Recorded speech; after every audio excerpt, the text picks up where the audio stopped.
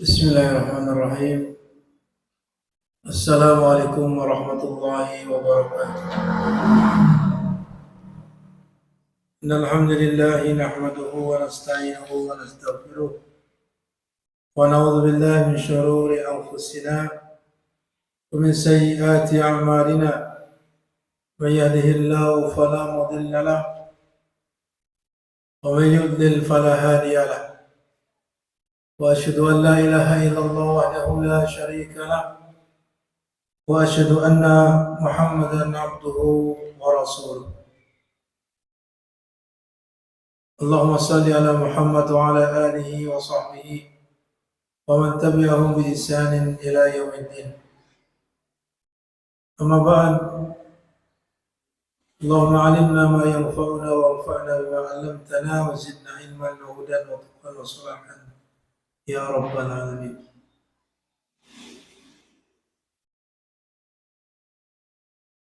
Ikhwatal iman, a'azani Allah wa iyyakum.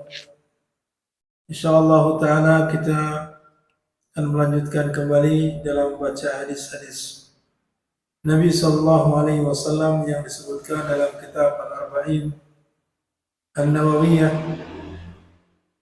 yang mana kita akan melanjutkan di dalam membaca hadis yang terakhir yang disebutkan dalam kitab Al-Arba'in An-Nawawiyah.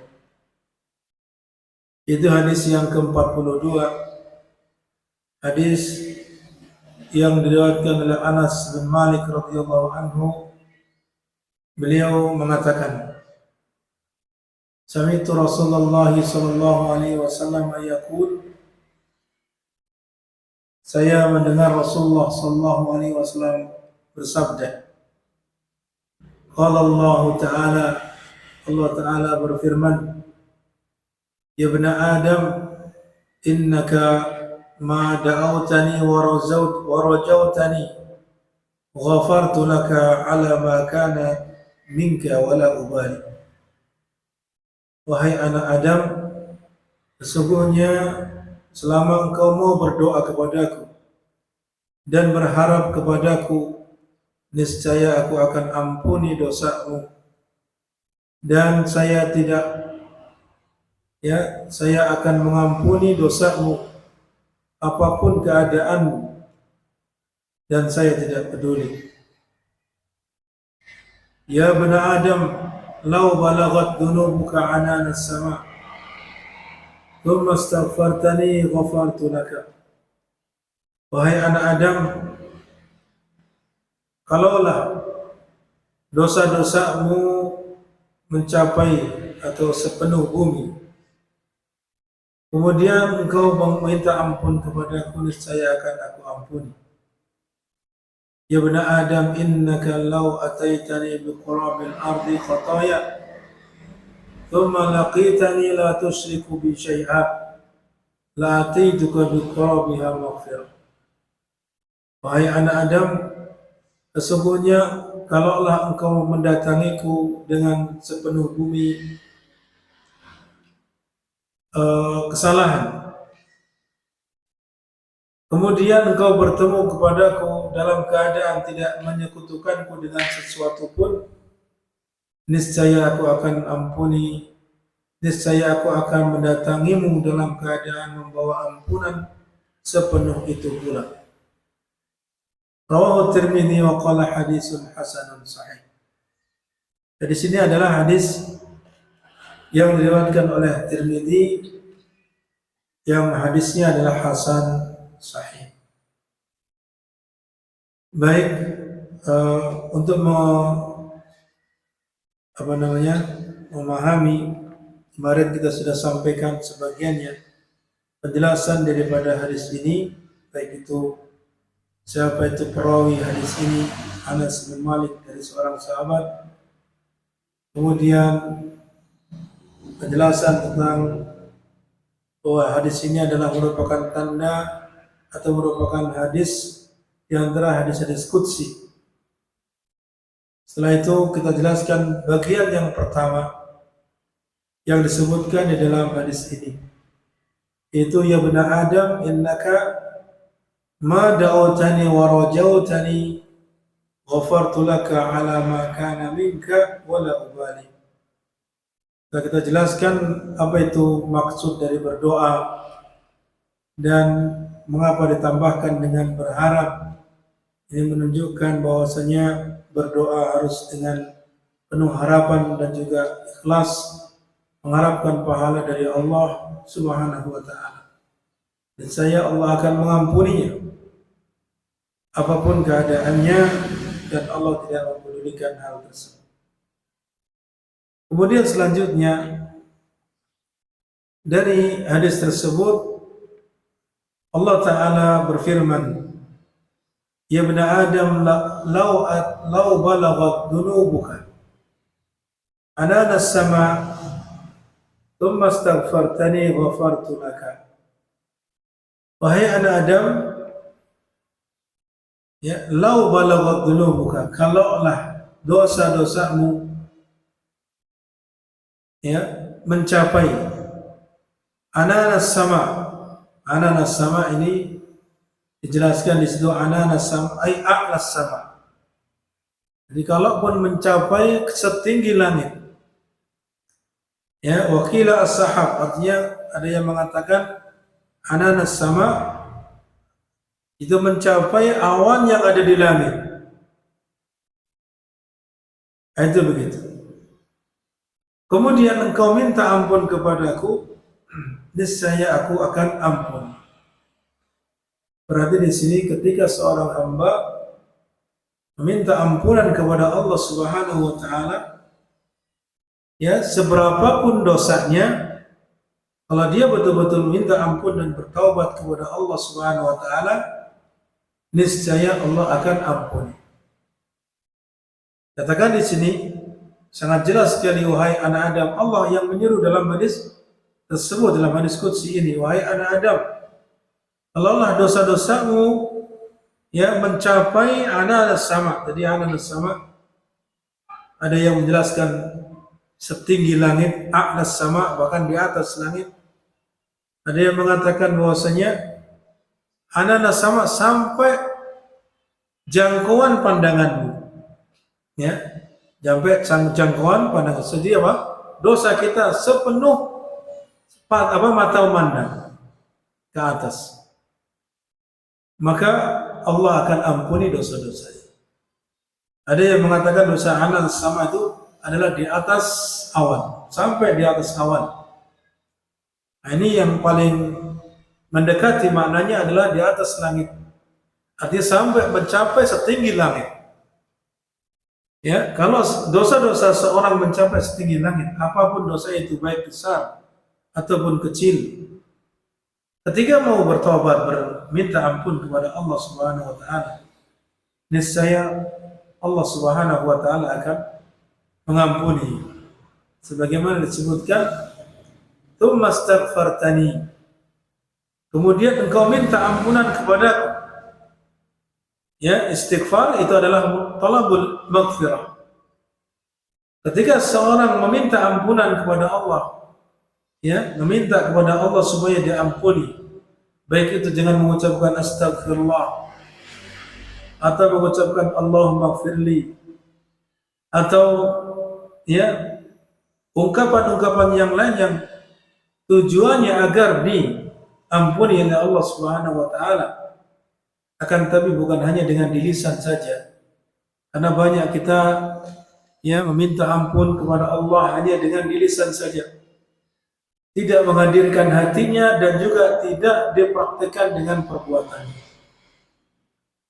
Dia melakukan perbuatan dosa, ya, kemudian astagfirullah, akan tapi perbuatannya terus melakukan dosa itu.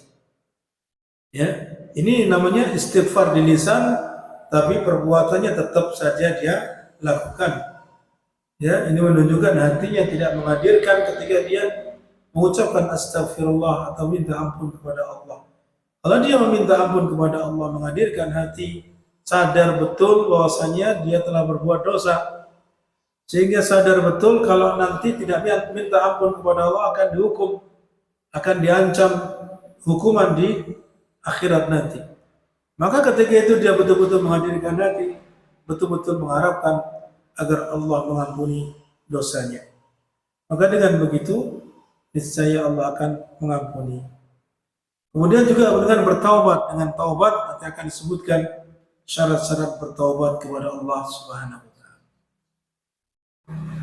Kemudian yang selanjutnya dalam hadis tadi disebutkan, ya bani Adam, innaka law ataitani biqurabil ardi khataya.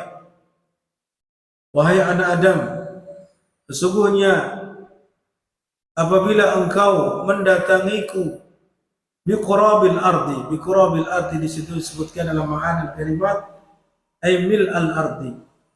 Ya, biqurabil ardi di sini maksudnya apa? Ada yang memahami sepenuh bumi. Ya.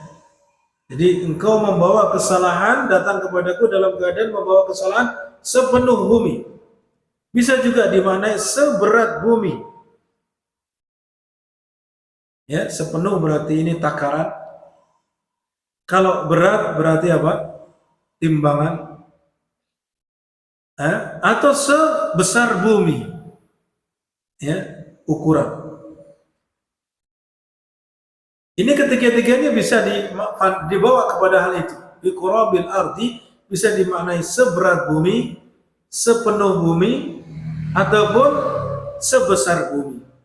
Jadi kalau seseorang itu membawa dosa, datang kepada Allah dalam keadaan membawa dosa, ya ukurannya sepenuh bumi atau sebesar bumi atau sepenuh bumi atau seberat bumi, maka apa? Allah Subhanahu wa taala akan memberikan ampunan kepadanya selama dia tidak menyekutukan Allah. Ya, khataya di situ maksudnya adalah kesalahan, jamu khati'ah, yaitu dosa-dosa. Kemudian tsumma laqitani la tusyriku bi syai'a. Kemudian engkau mendatangiku dalam keadaan, ya, engkau menjumpaiku dalam keadaan tidak menyekutukanku dengan sesuatu. Tidak berbuat syirik kepadaku dengan sesuatu pun. La tusyriku bi syai'an ini maksudnya apapun bentuk kesyirikan itu, baik kecil atau besar. Karena kalau dalam bahasa Arab yang antum belajar, isim nakirah syai'an itu isim nakirah. Ya, konteksnya teks itu menunjukkan negatif atau ya penafian atau peniadaan. Bisyakin nafi. Maka yang seperti ini menunjukkan umum. Maknanya menunjukkan umum. Engkau tidak menyekutukanku dengan apapun. Baik itu dengan malaikat yang terdekat dengan Allah, atau dengan Rasulnya yang mulia. Ya, terlebih lagi dengan yang lainnya dari manusia. Ya, tidak pula dengan bebatuan, pepohonan. Ya, tidak menyekutukan sesuatu pun dengan Allah Subhanahu wa ta'ala. Baik itu kesyirikan-kesyirikan yang kecil atau kesyirikan yang besar. Kan tapi dalam hal ini terkadang sebagian kaum muslimin tidak peduli atau tidak memperhatikan atau meremehkan. Ya, meremehkan perkara-perkara yang merupakan kesyirikan, apalagi syirik kecil. Bersumpah atas nama selain Allah. Padahal Rasulullah SAW bersabda, man halafa bi ghairillahi faqad kafara aw asyrak.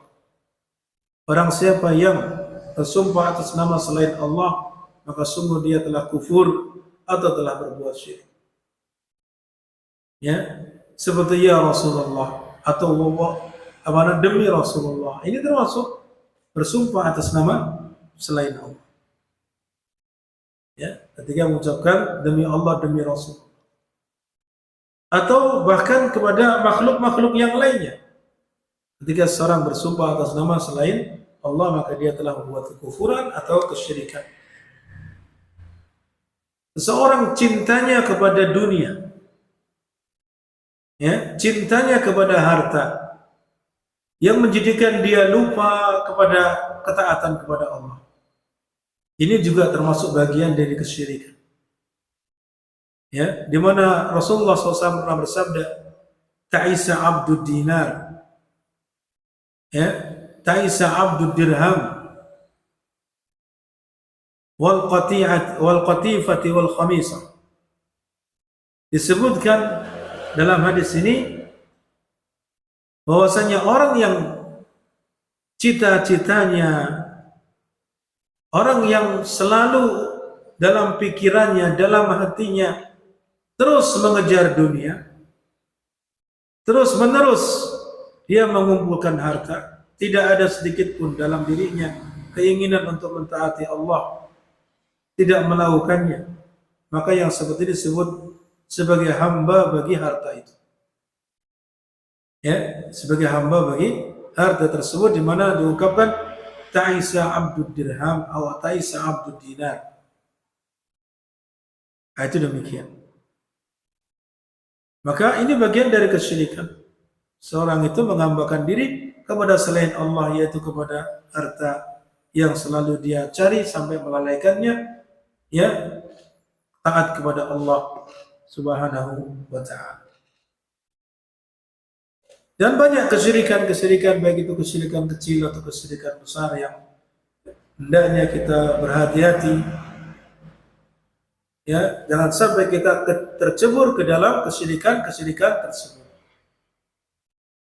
Kemudian ikhwatal iman akramani wa akramakumullah, di sini syaratnya adalah tidak menyekutukan Allah.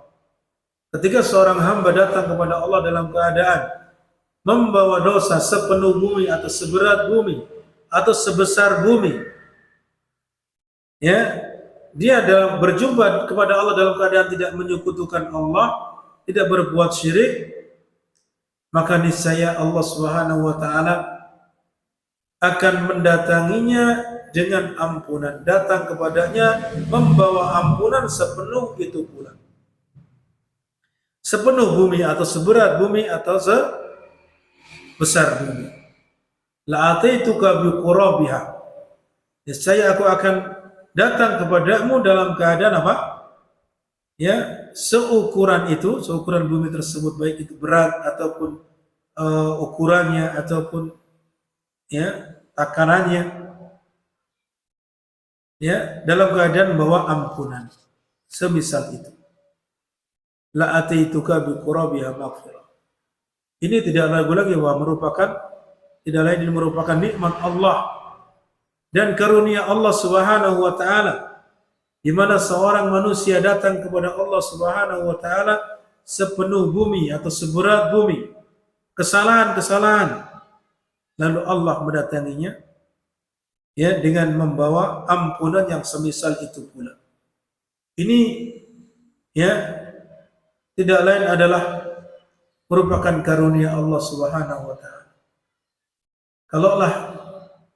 Kalaulah Allah Subhanahu wa ta'ala, ya, berbuat kepadanya dengan keadilannya, niscaya Allah akan menghukumnya seberat itu pula.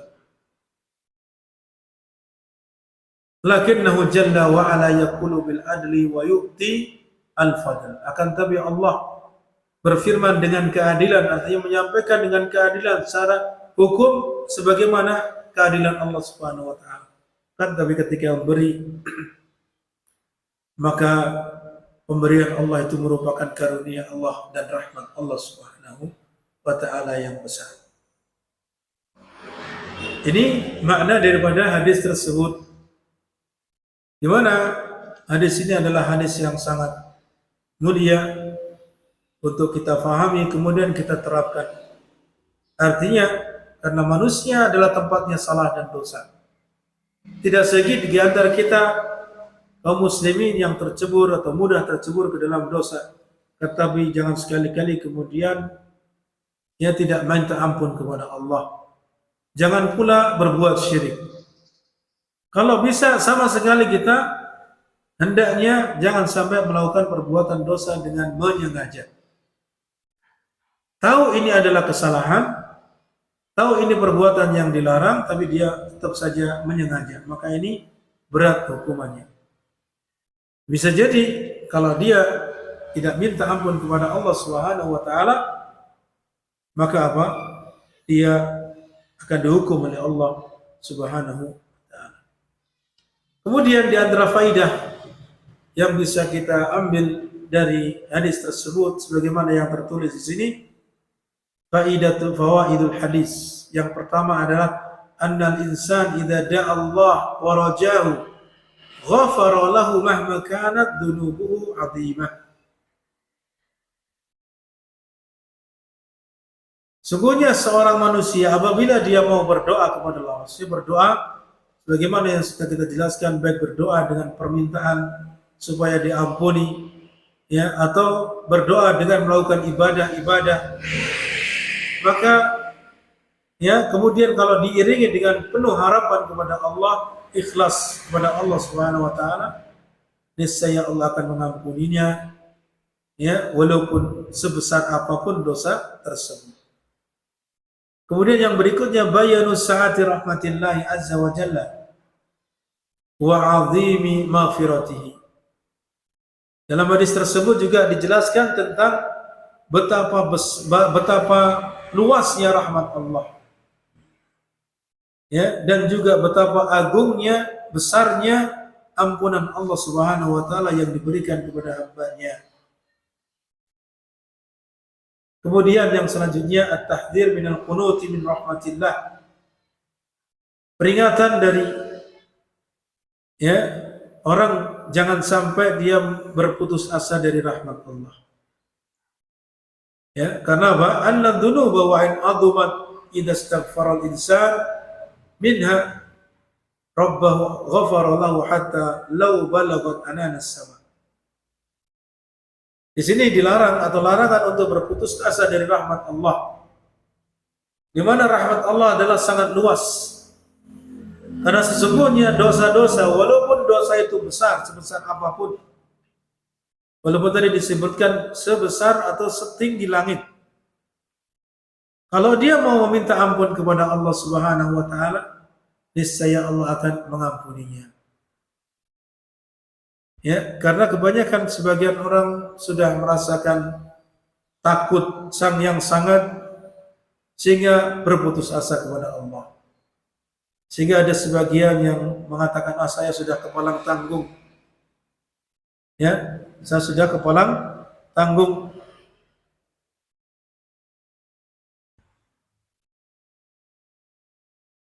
Saya sudah tidak sholat sejak kecil, sudah tidak melakukan ibadah-ibadah. Sudah kamu yang muda-muda saja. Saya yang sudah palang tanggung tidak mungkin diampuni. Ini namanya berputus asa. Berputus asa dari rahmat Allah Subhanahu wa taala, padahal pintu taubat selalu terbuka. Selama, ya, matahari belum diterbitkan dari arah barat, atau selama nyawanya masih ada di dalam dirinya, belum sampai akan lepas sampai ke kerongkongannya, maka yang seperti ini dia masih diberikan kesempatan untuk bertobat kepada Allah Subhanahu wa taala seberapapun dosa yang dia miliki. Maka jangan berputus asa dari rahmat Allah Subhanahu wa taala. Kemudian selanjutnya fadilatut tauhid. Keutamaan mentauhidkan Allah, artinya memurnikan dalam ibadah hanya untuk Allah saja, baik itu tauhid uluhiyah, ataupun asma wa sifat, dan sama sekali dia tidak berbuat syirik kepada Allah Subhanahu wa taala. Wa annahu idza laqiyal 'abdu rabbahu bihi. Sungguhnya apabila seorang hamba berjumpa dengan Rabb-nya dalam keadaan mentauhidkan Allah, artinya kalaupun dia pernah berbuat syirik, maka dia telah bertaubat dari kesyirikannya, lalu berjumpa dengan Allah Subhanahu wa taala dalam keadaan mentauhidkannya dan telah bersih dari dosa-dosa kesyirikan. Fa innahu sababun li maghfiratid dzunub. Sesungguhnya itu merupakan sebab diampuninya dosa-dosa. Ini ikhwatal iman, rahimakumullah, sungguh bahwa keutamaan tauhid itu sangatlah besar di sisi Allah Subhanahu wa taala. Bahkan nanti, yang disebutkan dalam hadis yang disebut dengan hadis bitaqah. Ketika seorang itu ditanya oleh Allah Subhanahu wa taala karena melihat dalam catatannya dosa yang begitu besar, yang dia mengira dirinya sudah tidak akan selamat, akan binasa. Ya. Dia sudah akan binasa di akhirat ketika diadili. Ketika ditimbang amalnya, dia mengira bahwasanya dia sudah akan binasa karena apa? Semua catatan amalnya keburuk. Akan tetapi ketika dia memiliki bitaqah. Bitaqah itu kalau diterjemahkan dalam bahasa kita ya kartu. Ya, yang tertulis di dalamnya dalam bitaqah tadi kalimat tauhid. Artinya orang ini betul-betul mentauhidkan Allah. Meninggal dunia dalam keadaan tidak pernah berbuat syirik. Mentauhidkan Allah dengan sesungguhnya. Walaupun dia membawa dosa banyak. Maka kemudian ditimbang. Ya, bitaqah yang terdapat di dalamnya tauhid tadi, kalimat tauhid. Dengan dosa-dosanya, maka apa? Maka timbangan tersebut menjadi berat sebelah. Maka yang berat adalah timbangan yang ada kartu bitaqah tadi, bitaqah la ilaha illallah. Maka di sini pentingnya tauhid, sehingga dia diselamatkan oleh Allah dan diampuni dosa-dosanya dengan tauhid yang dia miliki. Ini demikian. Kemudian ada faidah-faidah yang lain yang bisa ditambahkan yang disebutkan oleh Syekh Muhammad bin Shalih Al-Utsaimin rahimahullah ketika menjelaskan hadis ini. Beliau mengatakan syarafu bani Adam haitsu wajjaha Allah ilaihi khitab. Ini merupakan kemuliaan bagi anak Adam, bagi anak keturunan Bani Adam atau manusia secara umum, di mana Allah mengarahkan pembicaraannya, khitabnya kepada anak Adam dengan mengucapkan ya bani Adam. Tidak ragu lagi bahwasanya anak Adam itu diutamakan daripada kebanyakan makhluk-makhluk Allah. Makhluk Allah itu banyak. Ada manusia, ada hewan, ada tumbuhan, ada bebatuan, ada matahari, ada bumi, ya, ada langit, ada yang lainnya. Akan tapi Allah Subhanahu wa taala muliakan mereka yang namanya manusia tadi dari makhluk-makhluk yang lain. Allah Subhanahu wa taala berfirman di dalam Al-Qur'an, sebutkan dalam surat Al-Isra ayat 8 ayat 70. Wa laqad karramna bani Adama. Wa hamalnahum fil barri wal bahri. Wa razaqnahum minat thayyibat. Wa faddalnahum ala katsirin mimman khalaqna tafdila. Ya, di sini Allah Subhanahu wa taala ingin mengungkapkan bahwa Allah memuliakan anak-anak Adam, manusia, dengan menguatkan dua penguat. Ya, walaqad, kalimat la dalam bahasa Arab itu sebagai penguat. Qad itu juga demikian kalau masuk dalam fi'il madhi. Ini menunjukkan penguat, penekanan bahwasanya yang akan disampaikan ini betul-betul ya perkara yang penting. Dan sungguh manusia itu, anak Adam itu kami telah muliakan mereka. Wa hamalnahum fil barri wal bahr, dan kami bawakan untuk mereka baik itu di daratan ataupun di lautan.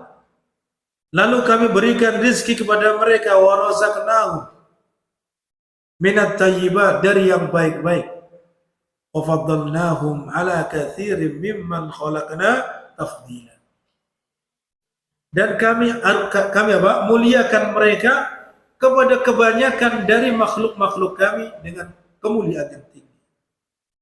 Bahkan Allah Subhanahu wa taala dalam ayat yang lain menyebutkan bahwasanya semua yang ada di muka bumi ini itu diciptakan, ditundukkan, disiapkan untuk kemaslahatan manusia. Di mana Allah taala berfirman, "Huwallazi khalaqalakum ma fil ardi jami'an." Dialah Allah yang menciptakan apa-apa yang ada di muka bumi ini untuk kalian. Ya, sehingga para ulama mengambil dari ayat ini menyimpulkan bahwasanya hukum segala sesuatu asalnya halal. Jadi kalau antum mendapati seluruh apa yang ada di muka bumi ini itu asalnya halal. Yang di daratan, yang di lautan hukum asalnya halal. Kecuali nanti kalau ada dalil yang melarang. Contohnya dalil yang melarang bahwasanya ya Allah telah mengharamkan babi.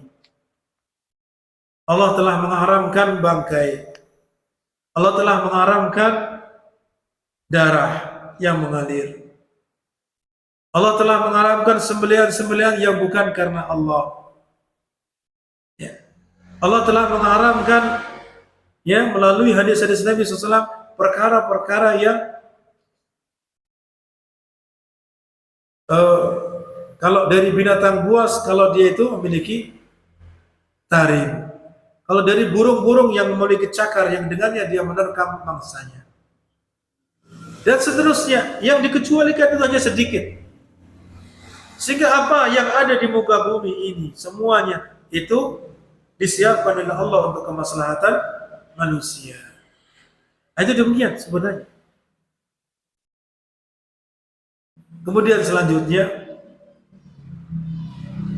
bahwa di antara faidah anna man da'a Allah wa rajahu fa inna Allah ta'ala yaghfiru lahu. Sungguh bahwasanya orang yang berdoa kepada Allah dan berharap kepadanya, niscaya Allah akan mengampuninya sebagaimana yang sudah disebutkan tadi. Di mana doa di sini termasuk istighfar, minta ampun itu termasuk bagian dari doa. Kemudian yang selanjutnya la budda ma'ad du'ai min raja. Ya, tidak boleh tidak bahwa doa itu harus diiringi dengan harapan, harus diiringi dengan ya betul-betul Allah betul-betul keinginan untuk dikabulkan oleh Allah Subhanahu wa taala. Adapun orang yang berdoa dalam keadaan hatinya lalai, ya ketika dia berdoa lisannya mungkin mengucapkan sebagaimana kebiasaannya, mungkin dia berdoa, akan tapi hatinya lalai, hatinya tidak sadar dirinya sedang berdoa, tidak betul-betul ada harapan dalam dirinya, maka yang seperti ini tidak mungkin akan diijabah. Ya, itu bahkan diibaratkan seperti seorang itu, ya oleh Ibnu Qayyim rahimahullah, kalau dia ingin diijabahi doanya, maka seperti seorang itu memanah. Ya, alatnya itu sebagai bentuknya, alatnya adalah sebagai doa dan juga perkara-perkara yang menjadi syarat diijabahinya doa. Maka kalau alatnya bagus, ya, kemudian apa? Dia sudah terlatih, kemudian dia tepat sasaran. Nah, sasaran itulah dia betul-betul berharap sebagaimana yang dia inginkan. Sasaran itu. Kalau dia betul-betul akan menembakkannya sesuai sasaran, tentunya dia berhati-hati, kemudian memilih waktu yang tepat, kemudian ya mengimbanginya dengan sasaran yang diinginkan. Maka yang seperti ini insyaallah taala akan lebih cepat diijabahi oleh Allah Subhanahu wa taala. Begitulah kalau kita berdoa. Kita itu betul-betul fokus dengan apa yang kita inginkan. Tapi kalau kita berdoa dalam keadaan lalai, dalam keadaan tidak menghadirkan hati, maka ini bisa jadi tidak akan diijabahi oleh Allah Subhanahu wa taala. Jauh dari ijabah Allah Subhanahu wa taala. Berbeda kalau kita berzikir. Seperti tasbih, kita mengucapkan subhanallah, alhamdulillah, Allahu akbar. Ya, maka ini tidak seperti dalam keadaan berdoa. Bagi apa? Seseorang ketika bertasbih walaupun dalam keadaan hatinya mungkin tidak hadir seperti seperti ketika dia berdoa, maka itu akan diberi pahala oleh Allah Subhanahu wa taala dari apa yang dia ucapkan berupa tasbih, tahlil ataupun tahmid ataupun takbir. Tentunya ini kita bicara minimal. Paling sedikitnya kalaupun dia tidak menghadirkan hati ketika bertasbih atau dia mengucapkan takbir dan seterusnya, maka tetap akan diberikan pahala. Berbeda kalau dia lebih ketika melakukan tasbih menghadirkan hati. Lebih khusyuk, kemudian betul-betul dia itu memahami apa yang diucapkan, maka tentunya tingkatannya akan lebih tinggi. Itu demikian. Dengan hatinya dan dengan lisannya, maka akan lebih. Ini berbeda antara berdoa dengan berzikir. Karena orang yang berdoa betul-betul dia berharap kepada Allah Subhanahu wa taala, maka membutuhkan kehadiran hati terhadap apa yang dia butuhkan. Dia seolah-olah tidak bisa mendapatkannya kecuali dengan pertolongan Allah. Memang begitu. Dia sangat-sangat butuh kepada Allah, tidak bisa berbuat apa-apa, tidak bisa melakukan apa kecuali dengan pertolongan Allah Subhanahu wa taala. Itu seharusnya ketika kita berdoa agar diijabahi oleh Allah Subhanahu wa taala. Kemudian dalam hadis tadi diambil faidah juga adanya ditetapkannya sifat penafian yang oleh para ulama disebut dengan sifat salbiyah. Di dalam hadisnya wala ubali. Ya, saya tidak peduli. Ini menafikan bahwasanya Allah Subhanahu wa taala tidak peduli kepadanya, sifat salbiyah. Jadi contohnya banyak dalam Al-Qur'an sifat-sifat yang dinafikan oleh Allah dari dirinya. Seperti la ta'khudhuhu sinatu wala naum dalam ayat kursi. Allah tidak tidur dan Allah tidak ngantuk. Ya, Allah tidak ngantuk, tidak tidur. Allah tidak berbuat zalim wa la yadhlimu rabbuka ahada. Ya, wa tawakkal 'alal hayyil ladzi la yamut. Ini semua contoh-contoh sifat Allah yang disebut oleh para ulama sifat salbiyah. Allah menafikan dari dirinya sifat tersebut. Dan bertawakallah kalian kepada yang maha hidup yang tidak mati. Ini menafikan Allah tidak mati. Ya, sifat kematian ini ditiadakan dari Allah. Nah, itu maksudnya. Lam yalid wa lam yulad. Allah tidak beranak, tidak pula diberanak. Ini ditiadakan dari Allah Subhanahu wa taala. Allah tidak memiliki sifat yang seperti itu. Seperti dalam hadis tadi wala ubali. Allah dalam hal itu tidak mempedulikan hamba tersebut dalam keadaan apapun dosanya, Allah tidak peduli. Yang penting dia apa? Mau minta kepada Allah, berdoa kepada Allah, berharap kepada Allah. Nah, ini demikian. Akan tapi yang diperhatikan di sini yang dimaksud adalah ya, ketika Allah menafikan sifat-sifat tersebut, di sana ya Allah menetapkan kebalikannya. Allah menetapkan kebalikannya. Ketika Allah menafikan dari dirinya, tidak peduli kepada apa yang dia lakukan, maksudnya adalah ini kamalus sultan wal fadl wal ihsan. Menunjukkan kesempurnaan kekuasaan Allah dan karunia Allah Subhanahu wa taala dan kebaikannya. Dan tidak ada seorang pun yang bisa menentang atau membantah ketetapan Allah Subhanahu wa taala dan apa yang Allah inginkan. Ketika Allah ingin hamba tersebut diampuni, maka tidak ada yang bisa menentangnya, tidak ada yang bisa membantahnya. Nah, itu begitu. Ini yang ingin ditetapkan. Ini di antara faidah. Bahwasanya ada di antara sifat-sifat yang dinafikan dari Allah Subhanahu wa taala yang maksudnya adalah menetapkan kebalikannya. Menetapkan kebalikannya, artinya sifat kebalikan dari hal tersebut bagi Allah Subhanahu wa taala. Allah tidak tidur, berarti sifat kebalikannya apa? Bahwasanya Allah selalu dalam keadaan terjaga. Allah selalu dalam keadaan terjaga. Allah tidak mati, berarti Allah Subhanahu wa taala terus-menerus hidup. Itu yang ingin ditetapkan sifat kebalikan. Demikian. Kemudian di antara faedah yang lain adalah bahwa Allah Subhanahu wa taala mengampuni seluruh dosa, walaupun dosa itu besar sebesar ya, sampai kemudian setinggi langit, atau tadi sepenuh bumi, seukuran bumi atau seberat bumi, maka Allah Subhanahu wa taala ketika minta ampun kepada Allah, niscaya Allah akan ampuni bagi. Akan tapi kembali seperti tadi kita sebutkan, apakah istighfar hanya sebatas istighfar seorang manusia mengucapkan Allahumma firli, astagfirullah, itu saja? Maka jawabannya tidak demikian. Ya, maka dia harus diiringi dengan melakukan sebab-sebab mendapatkan ampunan.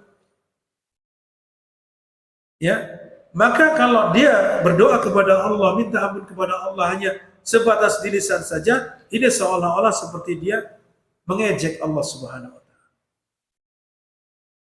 Seperti dia berdoa kepada Allah, ya Allah berikan aku keturunan. Dia ingin keturunan, tapi dia tidak melakukan sebab-sebab supaya dia bisa keturunan, tidak menikah. Misalkan begitu. Atau sudah menikah, tapi dia tidak pernah melakukan sebab supaya dia bisa melakukan apa? Mendapatkan keturunan. Seperti itu pula ingin mendapatkan ampunan, maka hendaknya dia juga melakukan sebab-sebab supaya bisa mendapatkan ampunan. Di antaranya adalah diiringi dengan bertaubat, dengan taubatan nasuha. Astagfirullah itu mengucapkan apa? Istighfar itu mengucapkan doa supaya diampuni. Taubat berbeda. Taubat itu adalah maknanya kembali. Kembali dari kemaksiatan kepada Allah kepada ketaatan kepada Allah. Ini diantara sebabnya. Ketika seorang terjebur ke dalam dosa, lalu dia ingin diampuni, ya lakukan sebabnya, itu taubat, kembali. Jangan terus bermaksiat, tapi apa? Kembali kepada ketaatan kepada Allah. Nah, di sana ada syarat-syarat taubat agar diterima taubatnya. Yang pertama syaratnya adalah ikhlas. Karena ibadah taubat itu bagian dari ibadah. Maka syaratnya harus ikhlas kepada Allah Subhanahu wa taala. Karena ibadah tidak diterima kecuali dengan keikhlasan. Ya. Ini yang pertama syaratnya. Tidak bisa seorang itu taubat supaya dilihat oleh manusia, tidak diterima. Orang bertaubat karena takut kepada pemimpin, takut kepada orang tua, atau takut kepada pimpinan perusahaan, maka ini tidak diterima. Syarat yang kedua adalah an-nadam ala ma hasala. Dia menyesali dengan penyesalan yang mendalam dari perbuatan dosa yang dia lakukan. Ya. Dia betul-betul menyesali di hadapan Allah Subhanahu wa taala. Karena dia telah melakukan perbuatan yang dilarang oleh Allah. Kalau misalkan bentuknya itu adalah meninggalkan kewajiban, maka apa? Bentuk penyesalannya, ya dia harus segera melakukan apa yang dia tinggalkan. Misalkan seorang meninggalkan apa? Salat. Ketika dia menyesali, maka nanti dia harus melakukannya. Ketika sudah ada kesempatan untuk melakukan. Jadi syarat kedua adalah apa? Menyesali dengan penyesalan yang mendalam dalam hatinya dari apa yang telah dia lakukan. Kemudian yang ketiga adalah al-iqla' minal ma'siyah. Anil ma'siyah allati taba minha. Dia meninggalkan, menjauhi perbuatan maksiat yang dia bertaubat darinya. Kalau dia berbuat maksiat, misalkan mencuri, maka dia harus meninggalkan perbuatan itu. Kalau dia berbuat maksiat kepada Allah seperti berbohong, maka dia harus jauhi berbohong tersebut. Ya, dan seterusnya. Kalau perbuatan tersebut adalah merupakan perbuatan tadi yang kita contohkan sholat misalkan, meninggalkan perintah, maka ya bentuk dia meninggalkan apa yang dia lakukan tadi berupa dosa, ya harus melakukan perintah tersebut, itu berupa sholat. Segera sholat, ya, sehingga dia telah menjalani ketaatan. Kalau dia misalkan tidak membayar zakat, kan ini perbuatan dosa dengan cara meninggalkan ketaatan, maka segera dia membayar zakatnya. Kalau dia memenuhi syarat-syarat sebagai orang yang bayar zakat, maka tidaklah dia dikatakan taubat kalau ternyata dia tidak melakukan ketaatan yang diperintahkan, yang selama ini dia tinggalkan. Kemudian syarat yang ketiga, ya, syarat yang keempat adalah al-azmu ala alla ya'uda, berazam untuk tidak mengulangi. Di syarat yang ketiga, berazam untuk tidak mengulangi. Di perbuatan yang dia lakukan dari perbuatan maksiat, lalu dia bertobat darinya, maka apa? Setelah dia meninggalkan perbuatan maksiat itu, kemudian bertekad kuat untuk tidak mengulangi perbuatan tersebut. Ya, ini berazam. Kalau dia ternyata kembali lagi, maka taubat yang sebelumnya mudah-mudahan diterima, maka ketika kembali dia bertobat lagi, butuh ditaubati lagi. Oleh karena itu di sini berbeda antara orang bertekad untuk tidak mengulangi dengan syarat dia harus tidak mengulangi. Nah, ini lain. Syarat apa? Tidak mengulangi lagi.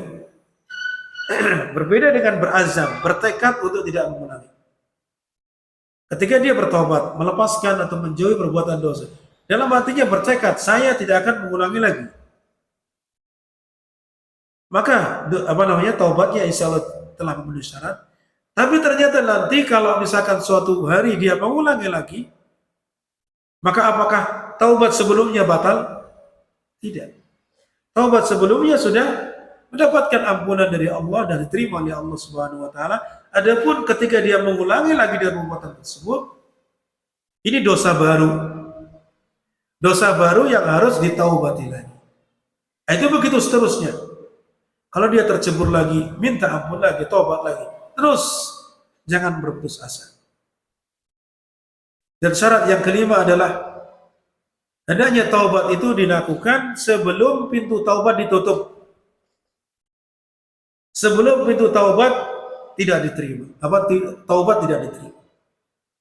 Ini ada yang khusus, ada yang umum waktunya. Secara khusus setiap masing-masing orang. Setiap masing-masing orang itu sampai batasan waktu taubat itu ketika nyawa sudah di kerongkongan. Seperti contohnya Fir'aun. Ketika sudah tenggelam hampir mati, baru dia beriman. Mengatakan saya beriman kepada Tuhan, kepada Rabb-nya Bani Israel. Maka tidak diterima. Karena dia sudah tahu dirinya akan mati, akan tenggelam. Maka yang seperti ini tidak diterima. Karena sudah sampai sudah berada di kerongkongan kematiannya.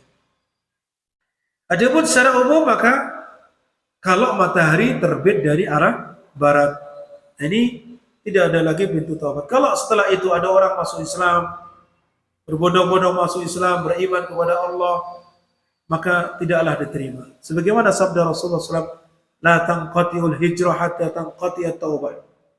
Hijrah itu tidaklah terputus waktunya sampai terputus pintu taubat. Wa la tanqati'ut taubatu hatta takhruju atau takhruja syamsu min maghribiha. Dan tidaklah terputus pintu taubat sampai matahari keluar dari tempat terbenamnya. Itu di barat.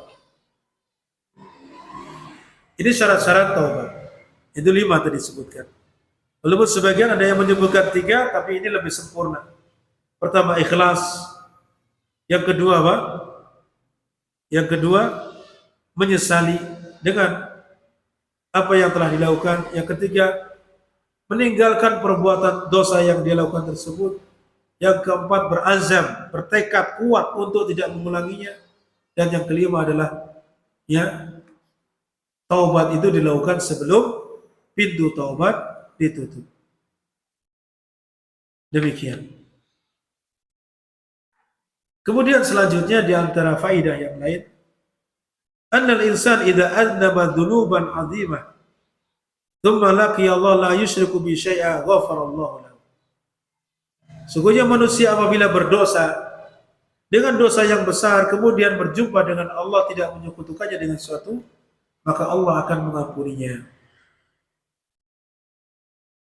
Walaupun demikian, ini kalau dia tidak menyekutukan Allah, itu bagi siapa yang diampuni, yang dikehendaki oleh Allah.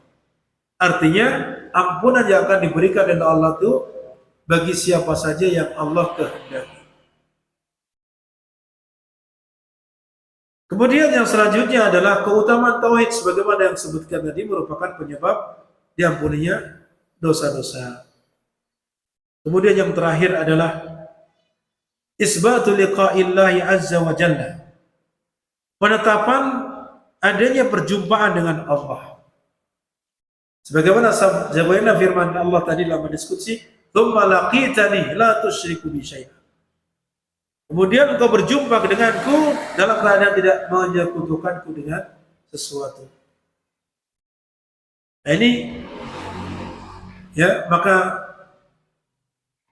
hendaknya bagi yang ketika kita sudah yakin akan berjumpa dengan Allah, dan itu banyak dalilnya baik dari ayat-ayat Al-Quran ataupun Sunnah, maka barang siapa yang tidak percaya kepada adanya perjumpaan dengan Allah, menghadap Allah, maka dia telah mendustakan ayat-ayat Allah dan juga hadis-hadis Nabi Sallallahu Alaihi Wasallam.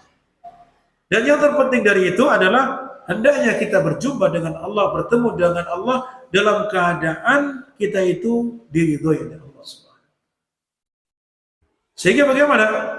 Apa yang harus kita lakukan? Ya, kita melakukan perkara-perkara yang menjadikan Allah ridho kepada kita kalau kita bertemu dengannya, berjumpa dengannya.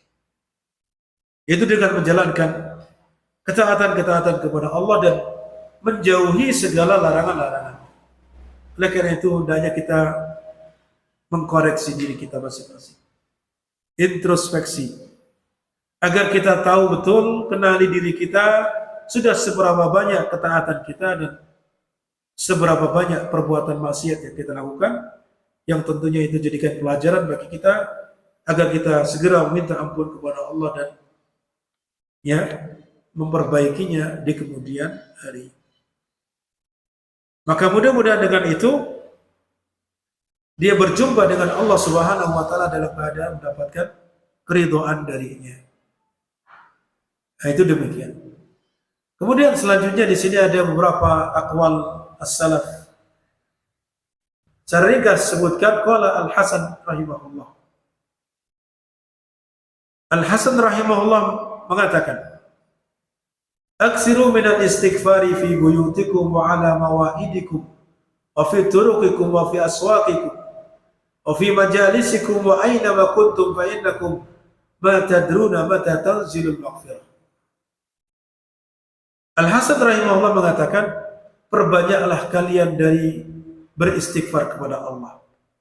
Baik di rumah kalian, atau di tempat-tempat kalian sedang menghadapi makanan, atau di jalan-jalan kalian, atau di pasar-pasar, atau di tempat-tempat duduk kalian, dan dimanapun kalian berada. Karena kalian tidak mengetahui kapan turunnya ampunan Allah Subhanahu wa Ta'ala. Kita memperbanyak istighfar dimanapun kita berada. Kemudian qala Ibnu Umar radhiyallahu anhu mengatakan, "Inna kunna la na'uddu li Rasulillah sallallahu alaihi wasallam fil majlisil wahid mi'ata marrah yaqulu rabbi ighfirli wa tub alayya innaka antat tawwabur rahim." Ibnu Umar radhiyallahu anhu menyampaikan kepada kita, sesungguhnya kami menghitung-hitung Ya Rasulullah sallallahu alaihi wasallam dalam satu tempat duduk, satu majelis itu lebih dari 100 atau 100 kali beliau mengucapkan Rabbighfirli wa tub alayya innaka antat tawwabur. Dalam satu majelis, satu duduk